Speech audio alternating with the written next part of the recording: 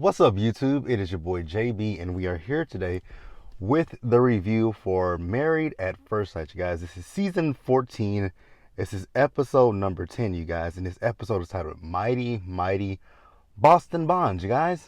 So, before we go ahead and jump into this review, if you guys are watching this video or any other on my channel and you guys are not subscribed to the channel, I need you guys to do me a solid favor and stop taking me out on this date and having me pay for it at the end of it, you guys. You guys can do me that favor by liking the video, you guys, turning on your post notifications, sharing the video, and subscribing to the channel. And you guys, with that out of the way, without further ado, let's discuss Married at First Sight, shall we? All right, you guys, so we have our couples, right? We see what they're doing. So I'm going to start up with the couple who didn't have a lot in this episode, and it's typically Noy and Steve, right? So in this episode, we see Dr. Viviana. So Dr. Viviana, she's paying the couples a visit, right? So Dr. Viviana, she paid Steve and Noy a visit, right? So we know that so far things are going swimmingly for Noy and Steve. We know that Steve told Noy in last week's episode that he loved her, right? And I'm still kind of confused on this situation with Steve and Noy, why Noy was so, pressed about him saying, I love you. You guys have only been together for a few weeks at this point, right? It's okay if he doesn't love you, right? It's not the end of the world. You guys still have time to go through this process to, see if love is there, right? So then they talk about, Noy and how when Noy gets upset, that Noy tends to shut down, right? Which is not a good thing, right? I mean, and I say that knowing that I'm kind of similar, right? Not all the time. Like, there are times that when I get upset or frustrated, I will shut down, but not always. It's here and there when I do that, right? It's not all the time that I shut down. Sometimes I shut down because it's, it could be a situation where especially if it's a triggering situation, then I don't want to talk. I'll just shut down. But most times I'll talk things through with people, right? But hey, she needs to work on that, right? And he tells her not to shut down and tell him what makes her mad, which I agree with that, right? So then she talks about him not working. And she says she wants them both to contribute to the relationship, which is absolutely understandable, right? I get it. I definitely get it. You want him to work and contribute to the household. You wouldn't be okay with him being a stay-at-home dad. And there's absolutely nothing wrong with that. But then Steve wants to hit her with the whole thing of, well, if I work, then I won't be able to cook the way I cook. I won't be able to clean. I'm like, so you can't do that when you get home, or you can't find time you can't find time to do that? Like, what does working have to do with you cooking and you cleaning, right? What does that have to do with it? If you feel like, if you feel like, especially with cooking, you can prep your food before you cook it, right? You can prep your food a day before. You can prep your food hours before. You can prep your food before you cook it. So I didn't understand what he was talking about with that. And with cleaning, get your ass down there and clean. So I didn't really understand what Steve was talking about. So then let's see. I'm not gonna talk about that just yet. We did see another scene with Steve and Noy where they were presented with those, they're introducing intimacy to the couples. Steve and Noy had some cards, right? I really, to be quite honest with you, I wasn't 100% paying attention to the cards, right? I do know that, they were talking about one place, things that they want to do, right? When Steve said he wants to get in the shower, something like, you want to get in the shower and clean each other. Noy says she wants to have sex in a semi-public place. He was like, what does that mean? I'm like, obviously she's saying have sex on the balcony. If you have a balcony, a porch, whatever. That's what she's saying, right? But that's it for Steve and Noy. Talk about Lindsay and Mark, right? So we see Lindsay. Lindsay literally has no grasp of boundaries. Lindsay just says everything that she's thinking, right? I'm like, wow. So we see Lindsay, and she's talking to her friend, right? So she's telling her friend how things are going with Mark, right? And the fact that, she and Mark, they had sex, right? But then after that, they didn't have sex anymore, and it's been 14 days since she and Mark have last had sex. And her friend's like, you're still with him? I'm surprised by that, right? So she says that, I think early in that day, I guess they may have taken a nap, and she says he took her clothes off, and basically it was a hit it and quit it. Not really a hit it and quit it, but a quickie session, right? But here's my thing when it comes to Lindsay, right? Lindsay is very interesting because Lindsay in that hot mic moment, right? Lindsay was talking about the fact that he didn't give her orgasm, right? He has small balls. But you're talking to your friend about not having sex with him.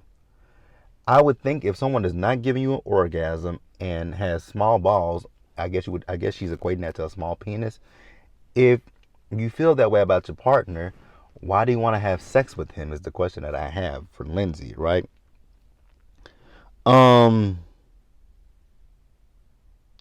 love the fact that her friend told her that she needs to slow down. Exactly, right?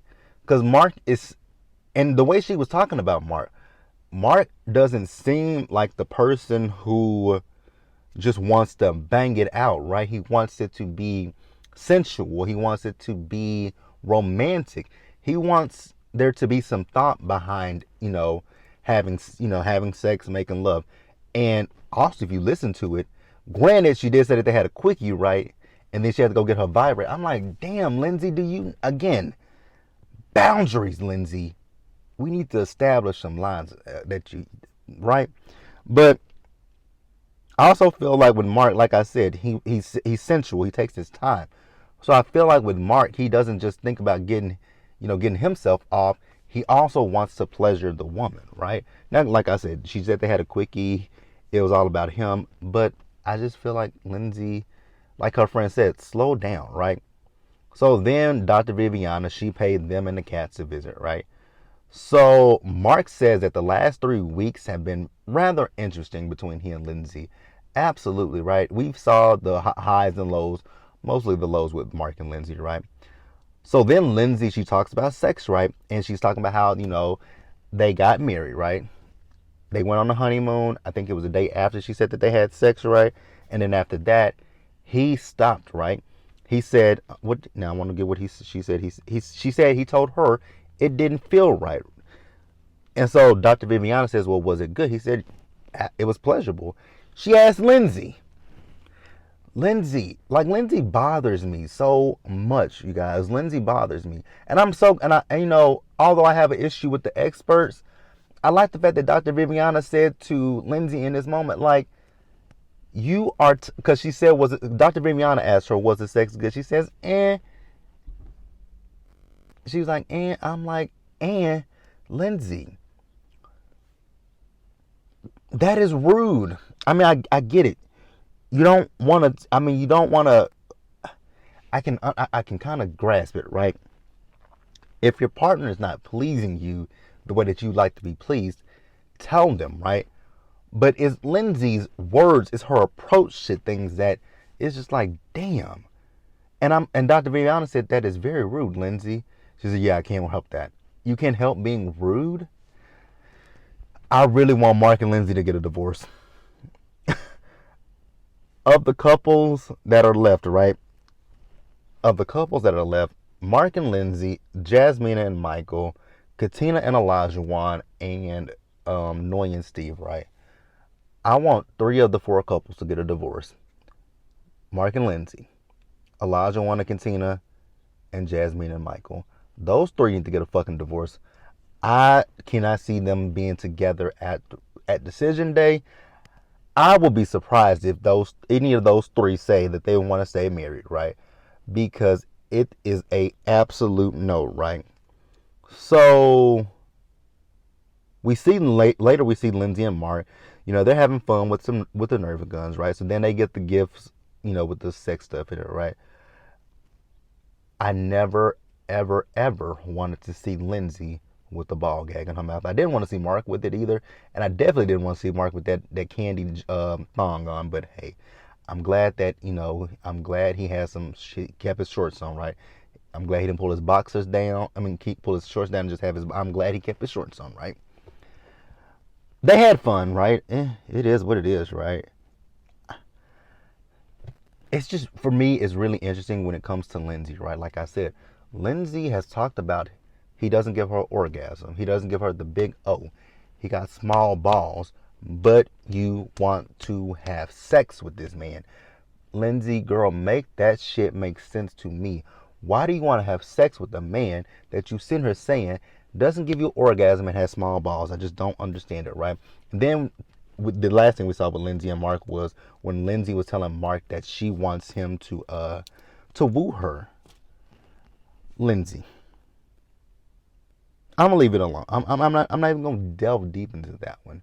But we're gonna move forward, you guys. All right, you guys. I'm gonna move over to Jasmine and Michael because my notes for Katina and Olajuwon were very long, and I got a lot of shit to say about Olajuwon and Katina, right? I actually got a lot of shit to say about Jasmine and Michael, but Jasmine and Michael, right? So Michael asked Jasmine. They had some questions. It was the cars, right? They had the questions. He asked her what could he do better in the marriage, right?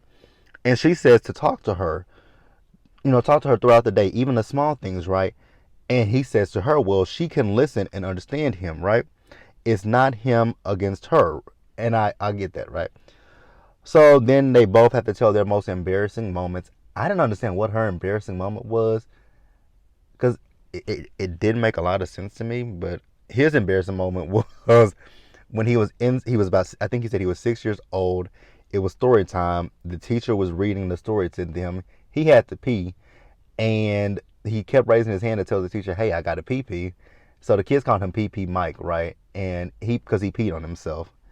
Well, I mean, shit, that teacher, she was dead ass wrong. I mean, if a child is telling you that they got to pee and you want to finish the damn story, you got what you got. Poor Mike. So Dr. Viviana, she paid them a visit, right? And she asked them, are they intimate with each other at all? And they're not intimate at all. They don't hold hands, they don't kiss, they don't do anything, right? And, Michael says that he was basically letting Jasmina take the lead. So Dr. Viviana asked Jasmina, did she know that? How could she know that? They don't communicate. I saw a tweet that said, either it was a tweet or it was a comment somewhere on me. I don't forget. But people feel that maybe Jasmine and Michael only talk when the cameras come in. And I agree with that, right? So Jasmine is saying that, with this, she wants there to be a mental connection, right? She wants a mental connection before she's able to give her body over to anybody. And I get that, right? There's absolutely nothing wrong with that. You want to have a mental and a spiritual connection with the person before you give the physical. And I get that, right? I don't have an issue with that, right? So they also talk about the fact that they have good moments and they have bad moments with one another, right? And in this moment, because you guys remember, Jasmina's thing is that Michael talks to her with the tone, right? So Dr. Viviana is suggesting to them that, okay, well, Michael, to avoid to avoid that, why don't you journal things down and present it to Jasmina, right? That way, there's really no tone. But even still, because I mean, I've had issues. I have, people always assume, especially with a text message, which I don't understand how you can assume that a person has an attitude or a tone through a text message unless they send you a text with all caps. But if a person just sends a text, because people misconstrue text messages all the time, and like, oh, you must be mad. How can you tell if I'm mad through a text message, right? So I feel like with those words, they could be misconstrued, right? And that's also a thing that Michael feels. Michael feels that with Jasmina, that, because you guys remember, she talks about the aggressive thing, right? So he feels that if he tells her stuff, that she can then use that and bring it back to him being aggressive, right? But I gotta say, like I said in last week's review with Jasmina, Jasmina does have a tone when she talks to Michael. She's very condescending and she talks to the man as if he's a child, right? Because she cut him off twice when they were talking to Dr. Viviana, right? Mike, finish your thought. That's how you talk to a kid, right? Because when she kept saying, Michael, finish your thought. Mike, finish your thought. It's like, why do you talk to him that way? You don't want him to talk to you with the tone, right? But then you come back and talk to him with the tone because, like I said, you definitely have a tone. It's very condescending. You are talking to this man as if he is your child. And I don't like that when it comes to Jasmine. So then after Dr. Viviana left, Michael is talking to Jasmine, and he tells her, how he felt. They're talking about how they felt after the conversation.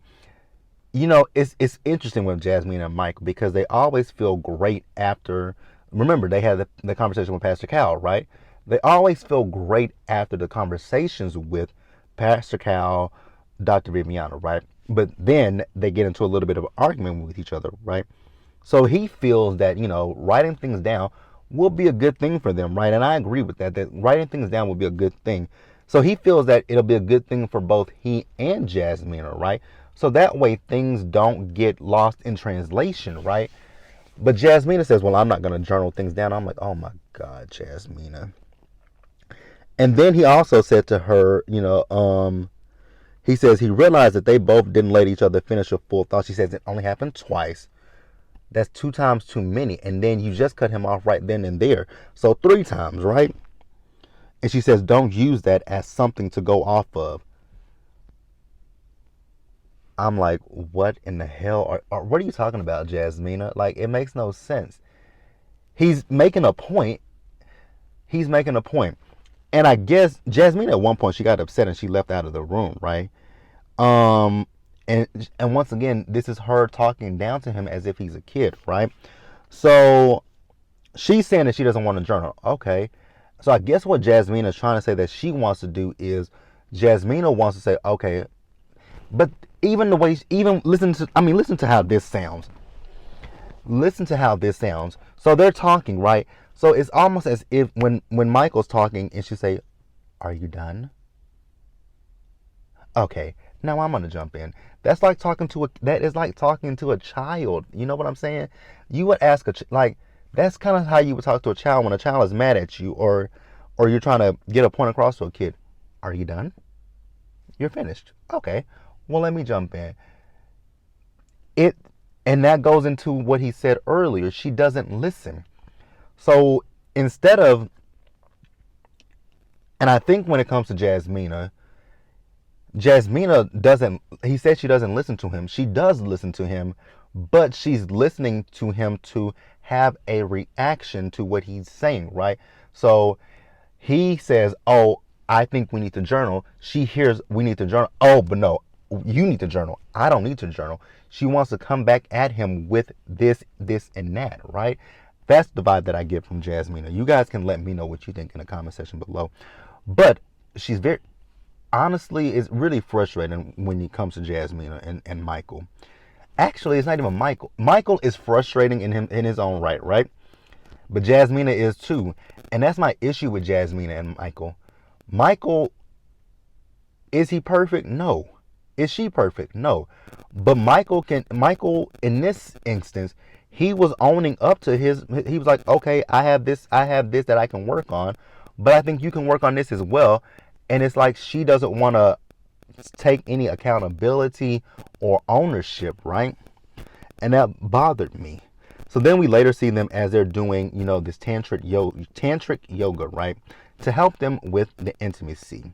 So then after that, they have some questions that they ask of each other, and if they answer the question and their partner feels that they are being truthful, they'll reward them with something, right? And they have fruit and whipped cream, all that kind of stuff.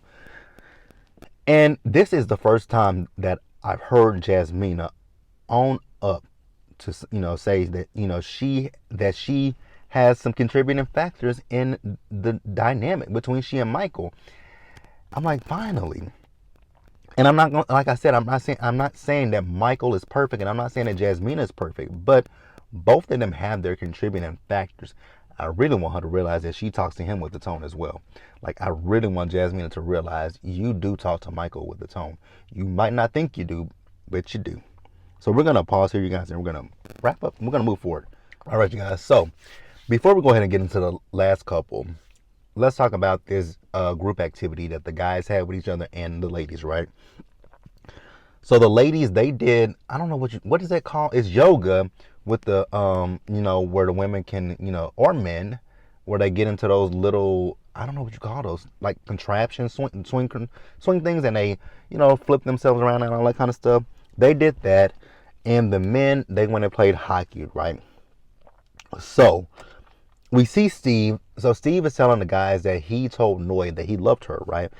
And he tells the guys that it was a risk that he feels paid off, right? Here is an issue that I really truly have. Olajuwon, do you not have any other shorts? Because, and are you not embarrassed? Because those shorts have a big, huge stain in the ass. That was what I noticed. Because I was looking, I'm like, wait a minute. Do those shorts have a stain in them? And they did. So then they also talk about the fact that they rate their marriages, right?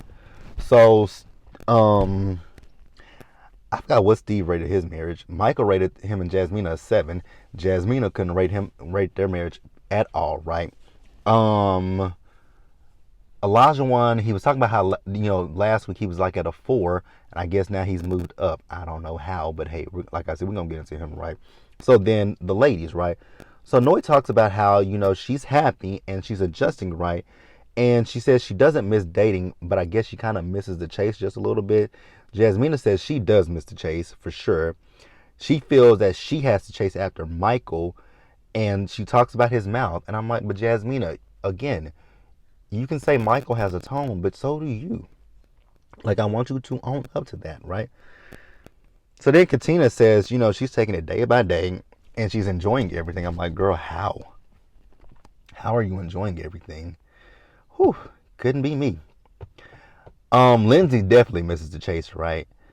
So Mark feels his marriage is touch and go. Like, he feels like, so he says that Lindsay, she does some good things in the marriage, right? But Lindsay doesn't listen to him. Absolutely. She doesn't listen to him at all. It's all about Lindsay. And I'm noticing that with a lot of people in their marriages. It's all about them in their marriages, right? Lindsay in the marriage with Mark, it's all about her. She talks about what she does for Mark. I do this, I do that, I do this, I do that, I do this, I do that. But like I said before, Lindsay does all of that stuff and holds it in till Mad Day, right? And then she tosses it back at him. Olajuwon and Katina. Olajuwon is all about him in that marriage, right? Now with Jasmine and Michael, I can't say it's all about neither one of them because they're not even on the same page with each other, right? So yeah, I just can't say. So we're gonna move forward, you guys, and now we're gonna wrap up the episode.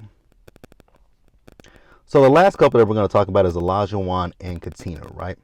So we see Olajuwon and Katina, right? So it's the day after, he tore her down, right? Like, that's literally what he did. He tore her to shreds. And I just still didn't appreciate that, right? So Dr. Viviana, she went over there to see them, right? So she asked them, because, we know everything that's going on. Why every time we hear about something with you two, it always goes back to cooking and cleaning? And that's because Olajuwon has this old, antiquated, outdated idea of what a marriage should be. And I don't know where he got that from, right? So Dr. Viviana says, did you cook before you got married? He says, well, I used to go out and I could get something on the go, or I can make something easy. So what the fuck is the difference?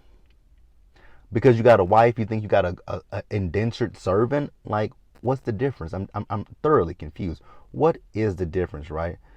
He says, but my wife works from home. What does that got to do with the price of tea in China? Like, I'm confused. So because she works from home, that means that when she gets off of work, oh, I got to think about what my husband wants to eat tonight. Let me go and get in the kitchen and cook him up a meal. No. Like, Michael, Olajuwon, go to hell. So he says he's okay with taking care of the household if he's happy. So you're not happy because she doesn't cook or clean to your satisfaction?